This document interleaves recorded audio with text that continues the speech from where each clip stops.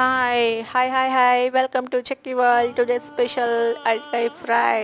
So అందరికీ అరటికాయ fry అంటే తెలుసు. తొక్క తీసి దాన్ని చక్కగా కట్ చేసుకొని నూనెలో వేపుకొని ఫ్రై అంటారు.